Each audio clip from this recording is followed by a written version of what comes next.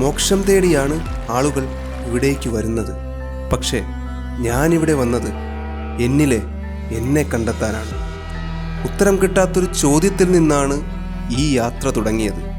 ഒരു കുഞ്ഞിൻ്റെ ആദ്യ കരച്ചിലിനും ഒരു മനുഷ്യൻ്റെ അവസാന നിശബ്ദതയ്ക്കുമിടയിലുള്ള ഒരു ദുർബലമായ ശ്വാസമല്ലെങ്കിൽ പിന്നെന്താണ് ജീവിതം എന്ന് മനസ്സിലാക്കണം.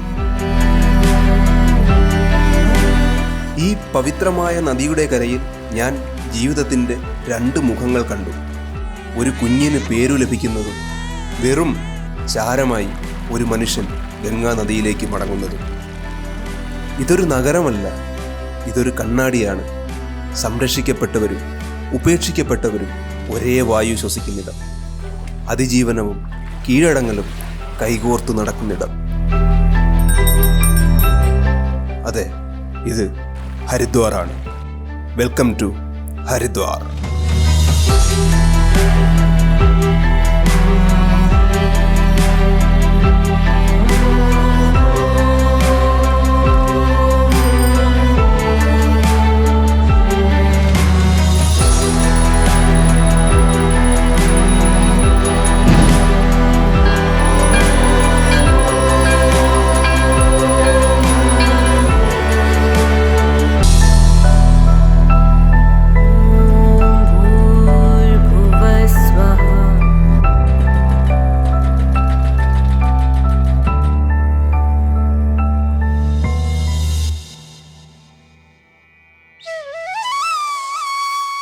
ഹായ് ഫ്രണ്ട്സ്, നേരം പുലർന്ന് ഒരു 5-5:30 ആയതേ ഉള്ളൂ.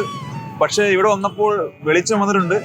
രാത്രി എനിക്ക് ട്രെയിനിൻ്റെ അകത്ത് മൊത്തത്തിൽ ഒരു കംഫർട്ടല്ലായിരുന്നു. പക്ഷെ എങ്കിലും വളരെ രസമുണ്ടായിരുന്നു. വന്ന് ഈ ബാക്ക് സൈഡിൽ കാണുന്ന ഈ കാഴ്ച കണ്ടോ? എന്താ പറയണ്ടേ, മനം കുളിർക്കുന്ന കാഴ്ചയാണ് നമ്മൾ ഈ ബാക്ക് സൈഡിൽ കാണുന്നത്.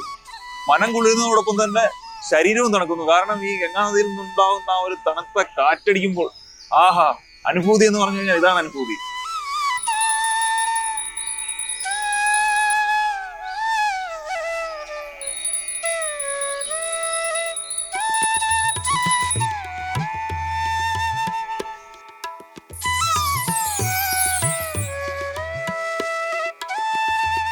ഹരിദ്വാറിൻ്റെ പഴയ പേര് മായാപുരി, കപിലസ്ഥാനം, ഗംഗാദ്വാർ എന്നിങ്ങനെയായിരുന്നു. വേദഗ്രന്ഥങ്ങളിൽ ഹരിദ്വാറിനെ പറ്റി മഹാഭാരതത്തിലും ഗരുഡാപുരാണത്തിലും പരാമർശിക്കുന്നു. മഹാഭാരതത്തിൽ കുരുക്ഷേത്ര യുദ്ധം ജയിച്ച പാണ്ഡവന്മാർ മുക്തിയിലേക്കുള്ള യാത്രയ്ക്ക് മുൻപ് ഇവിടെ വന്നു ഗംഗാനദിയിൽ കുളിച്ചു എന്നാണ് ഐതിഹ്യം. ഗരുഡാപുരാണത്തിൽ പറയുന്നത് ഗംഗാതീരത്ത് പിണ്ഡദാനം നടത്തിയാൽ ആത്മാവ് ആധ്യാത്മിക യാത്രയിലേക്ക് നീങ്ങുന്നു. അതിനാലാണ് അനേകർ ഇവിടെ വന്ന് പിണ്ഡദാനം നടത്തുന്നത്.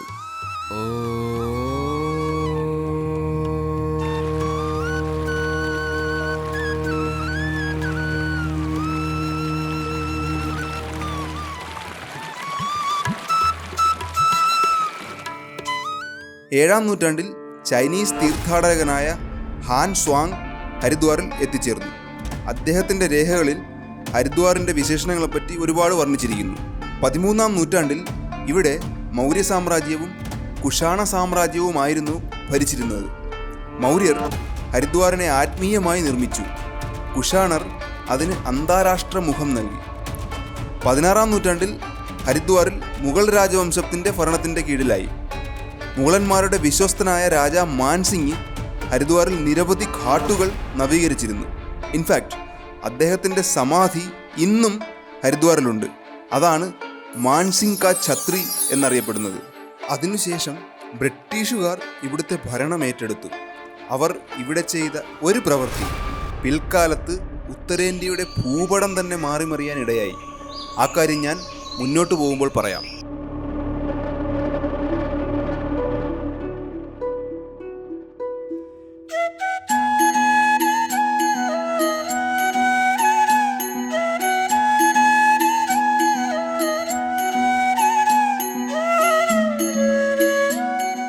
ഹരിദ്വാർ എത്ര സുന്ദരമായ പട്ടണമാണോ അതുപോലെ തന്നെയാണ് ഹരിദ്വാർ എന്നുള്ള പേരിൻ്റെ അർത്ഥവും. ഹരി എന്ന് വെച്ച് കഴിഞ്ഞാൽ ഗോഡ് അല്ലെങ്കിൽ വിഷ്ണു, ദ്വാർ എന്ന് വെച്ച് കഴിഞ്ഞാൽ കവാടം. അപ്പം നമുക്ക് പറയാം gateway to the God, ദൈവത്തിലേക്കുള്ള കവാടം, അല്ലെങ്കിൽ gateway to the paradise, പറുദീസയിലേക്കുള്ള കവാടം. അതുകൂടാതെ ഉത്തരാഖണ്ഡിലെ 4 ധാമുകളായ ബദരീനാഥ്, കേദാർനാഥ്, യമുനോത്രി, ഗംഗോത്രി അവിടേക്ക് പോകാനുള്ള കവാടവും ഹരിദ്വാറാണ്. ഇവിടെ വന്ന് ഗംഗാ സ്നാനം ചെയ്താണ് ഭക്തർ യാത്ര ആരംഭിക്കുന്നത്. ഹരിദ്വാറിൽ വിഷ്ണു ഭക്തർ ഇത് വിഷ്ണുവിൻ്റെ നഗരമായും ശിവഭക്തർ ഇത് മഹാദേവന്റെ നഗരമായും കാണുന്നു. കുറേ അധികം ഭക്തർ ഇത് ഗംഗാദേവിയുടെ നഗരമായി കണ്ട് പ്രാർത്ഥിക്കുന്നു. കാരണം പുരാണത്തിൽ പറയുന്നത് ഗംഗാനദിയുടെ ഉത്ഭവം ഇവിടെ നിന്നാണ് എന്നാണ്.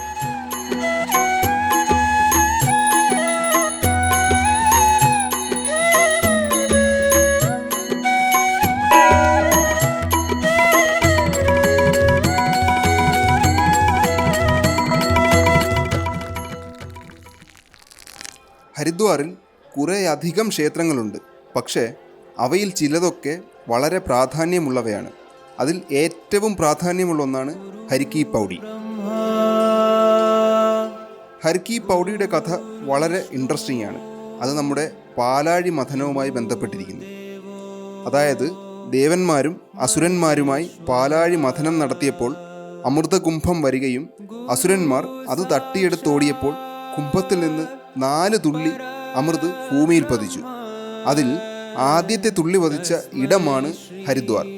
എക്സാക്ട്ലി ഹരി കി പൗഡിയിലാണ് ആദ്യ തുള്ളി പതിച്ചത്. അതിനാലാണ് ഇവിടെ വന്ന് സ്നാനം ചെയ്താൽ മോക്ഷപ്രാപ്തി കിട്ടുമെന്ന് പറയുന്നത്.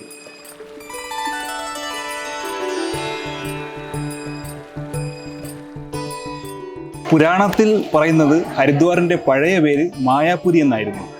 മായാപുരി എന്നുള്ള പേര് കിട്ടാൻ കാരണം ഇവിടെ വസിക്കുന്ന മായാദേവി എന്ന ദേവിയിൽ നിന്നാണ്. അപ്പോൾ ഈ മായാദേവിയുടെ അമ്പലം ഇപ്പോഴും ഹരിദ്വാറിൽ നിലനിൽക്കുന്നുണ്ട്. പക്ഷേ അധികം ആരും ഇങ്ങോട്ട് ആരും വരാറില്ല. പക്ഷെ ഞാൻ നിങ്ങളെ മായാദേവിയുടെ അമ്പലത്തിലേക്ക് കൊണ്ടുപോകാം.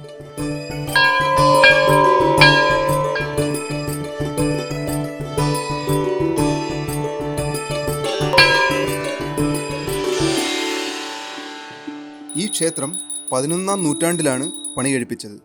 ഇവിടെ നമ്മുടെ എന്താഗ്രഹം പറഞ്ഞാലും അത് നിറവേറപ്പെടും.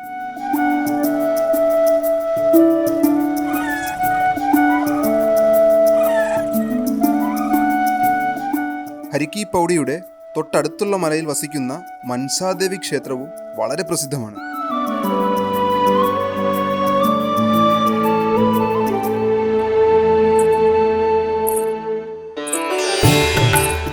ഘാട്ടിലെ ഗംഗാക്ഷേത്രത്തിന് പുറമെ ഇവിടെ വേറെ ഒരു ഗംഗാക്ഷേത്രവും സ്ഥിതി ചെയ്യുന്നു. ഭാരതത്തിലെ ഒരേയൊരു പശുപതിനാഥ് ക്ഷേത്രവും ഇവിടെയാണ്. വല്ലാത്തൊരു ശാന്തതയാണ് ഇവിടെ എത്തിയപ്പോൾ അനുഭവിച്ചത്.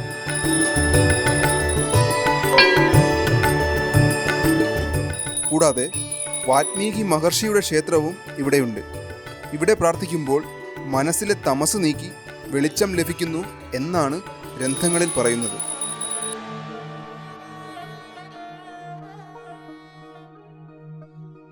ഹരിദ്വാറിലെ പ്രത്യേക രുചിയുള്ള ഭക്ഷണവും വളരെ പ്രസിദ്ധമാണ്. ഹരി കി പൗഡിയിൽ തന്നെയുള്ള വളരെ പ്രസിദ്ധമായൊരു ഷോപ്പുണ്ട്, മോഹൻജി പൂരിവാല. ബ്രേക്ക്ഫാസ്റ്റ് കഴിക്കാനായി ഞാൻ അവിടേക്ക് നടന്നു.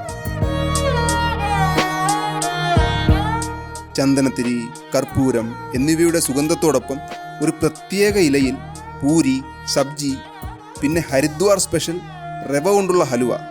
വാവ്, ഡിലീഷ്യസ്.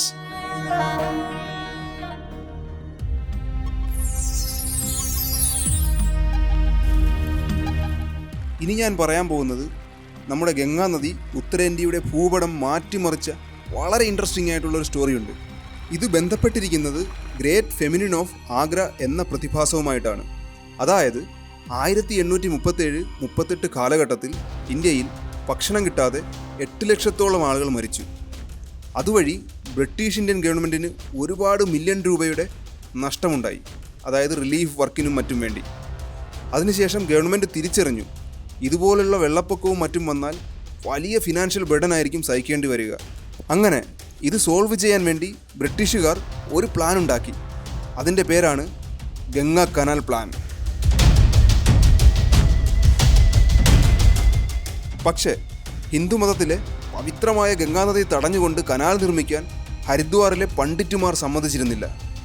അങ്ങനെ വലിയ ഓപ്പോസിഷൻ വന്നപ്പോൾ അവരുടെ ആവശ്യവും കൂടെ കണക്കിലെടുത്ത് ഒരു കോംപ്രമൈസിങ് പ്രപ്പോസൽ ഉണ്ടാക്കി. അതായത് ഗംഗാ നദിയുടെ ഒരു ചെറിയ ഭാഗം ഹരിദ്വാറിലേക്കും കൂടി വഴിതിരിച്ചു വിട്ടു.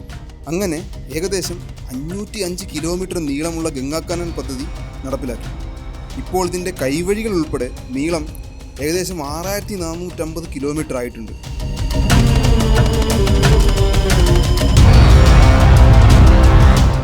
ഇതുവഴി ഏകദേശം അന്ന് 3800 ഗ്രാമങ്ങൾക്ക് കൃഷിക്കുള്ള വെള്ളം കിട്ടിത്തുടങ്ങി.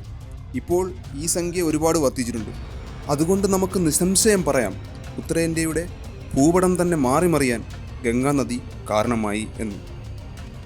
ത്വമേവ വിദ്യാ ദ്രവിണം ത്വമേവ ത്വമേവ സർവം മമ ദേവദേവ.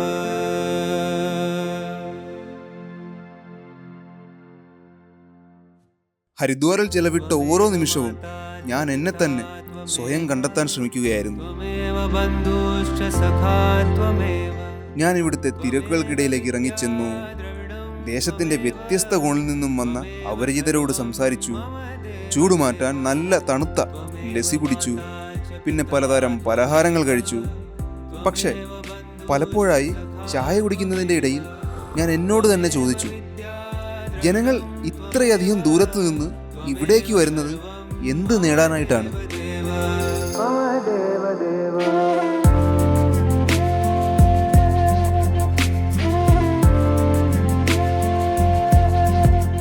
ഉത്തരം കിട്ടിയത് ഒരു വൈകുന്നേരമായിരുന്നു. ഹരിക്കി പൗഡിയിൽ ഗംഗാ ആരതി വേളയിൽ.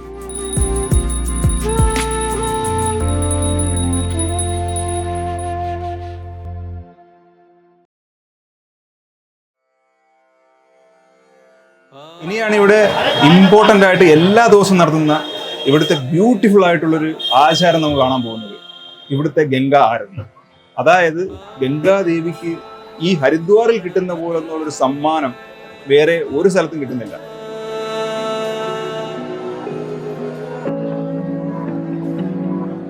ഇന്ത്യയുടെ പല ഭാഗത്തു നിന്നും മനുഷ്യർ ഇവിടേക്ക് എത്തുന്നു. ചിലർ ഹൃദയഭാരത്തോടെ, ചിലർ പ്രത്യാശയോടെ. ഇവരെല്ലാം എന്തിനാണ് ഇവിടെ വരുന്നത് എന്ന് ചോദിക്കേണ്ടതില്ല. കാരണം അവരുടെ കണ്ണുകളിൽ നിന്നും നിങ്ങൾക്കത് വായിച്ചെടുക്കാൻ കഴിയും. വിശ്വാസം, ദുഃഖം, പ്രത്യാശ എല്ലാം ഈ ഗംഗാനദിയുടെ അരികിൽ ഒത്തുകൂടുന്നു. പതുക്കെ ശബ്ദമുയരുന്നു. അമ്പലമണികൾ മുഴങ്ങാൻ തുടങ്ങുന്നു. മന്ത്രങ്ങൾ ഒരു തിരമാല പോലെ ഉയരുന്നു. അതെ, ആ നിമിഷം അടുത്തിരിക്കുന്നു.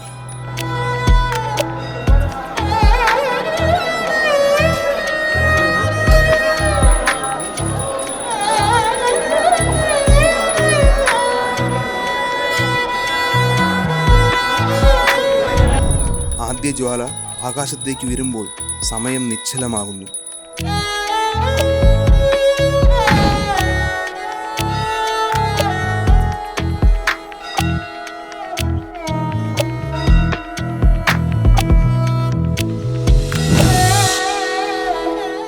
വ്യക്തികളുടെ ഹൃദയമിടിപ്പ് ഒരുമിച്ച് ചേർന്ന് ഒരേ താളത്തിൽ മിടിക്കാൻ തുടങ്ങുന്നു. അന്തരീക്ഷത്തിൽ അഗ്നിയും ഭക്തിയും കൂടിച്ചേരുന്നു. ഇതെല്ലാം ശ്രദ്ധിച്ച് ഗംഗാ നദി ഒഴുകുകയാണ് ശാന്തയായി.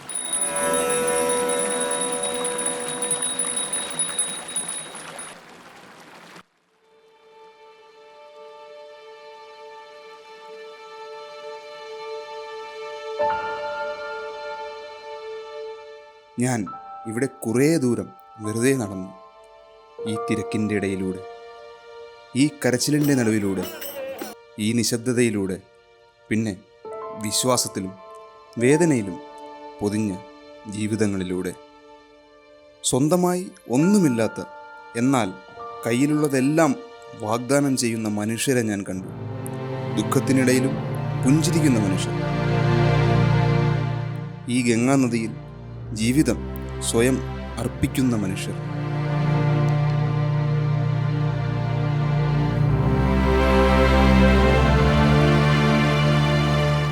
പിന്നെ ദീപങ്ങൾ ആകാശത്തേക്ക് ഉയർന്നപ്പോൾ, അഗ്നി ഗംഗാജലവുമായി ലയിച്ചപ്പോൾ, എൻ്റെ ഹൃദയത്തിലെ നിശബ്ദതയെ കീർത്തനങ്ങൾ മറികടന്നപ്പോൾ എനിക്ക് മനസ്സിലായി, മനുഷ്യർ ഇവിടേക്ക് വരുന്നത് ആരാധന നടത്താൻ മാത്രമല്ല. അവർ ഇവിടെ വരുന്നത് മനസ്സിലെ മുറിവുകൾ ഉണക്കാനും ആരും എന്തിന് എന്ന് ചോദിക്കാത്ത ഒരാൾക്കൂട്ടത്തിനിടയിൽ നിന്ന് കൈകൂപ്പി കരയാനും ഇനി സ്വയം വഹിക്കാൻ കഴിയാത്ത മാനസിക ഭാരം ഗംഗയിൽ അർപ്പിക്കാനും വേണ്ടിയാണ്.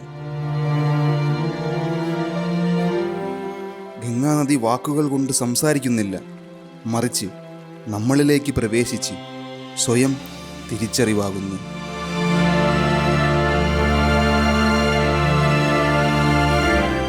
ഞാൻ ഒരു ഉത്തരം തേടിയാണ് ഇവിടെ വന്നത്. പക്ഷേ എൻ്റെ എല്ലാ ചോദ്യങ്ങളും ഈ ഗംഗാനദിയിലേക്ക് ലയിച്ചു. എൻ്റെ അഹങ്കാരം, എൻ്റെ വേദന, എൻ്റെ plans, everything faded. At that moment എനിക്ക് മനസ്സിലായി, ഞാൻ കണ്ടെത്തിയത് എന്നിലെ എന്നെ തന്നെയായിരുന്നു. പക്ഷേ അത് പറഞ്ഞു മനസ്സിലാക്കാൻ എനിക്ക് കഴിയില്ല. അത് അനുഭവിച്ചു തന്നെ മനസ്സിലാക്കണം.